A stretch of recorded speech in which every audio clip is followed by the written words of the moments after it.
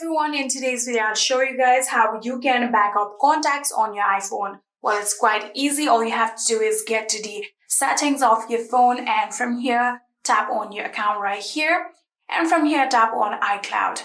So after doing that, here you can see these are all of the applications that is currently using your iCloud, and from here you can also see the option of iCloud backup. So if you want to back up all of your photos, videos, your messages, your notes, and everything, including your contact, you'll have to tap on this iCloud backup right here and simply turn on this backup this iPhone. So if you don't want to back up everything and you just want to back up your contact, you can simply tap on it and simply turn it off like this, and you can now go back, and here you can tap on this see all option right here, and from here you can now see contacts is right here. And just like this, you can turn on your contacts right here if it is turned off on your phone, and that is it. I hope this video was helpful to you guys. If it was, please do not forget to hit that subscribe button and like our video. Thank you so much for watching. See you in the next.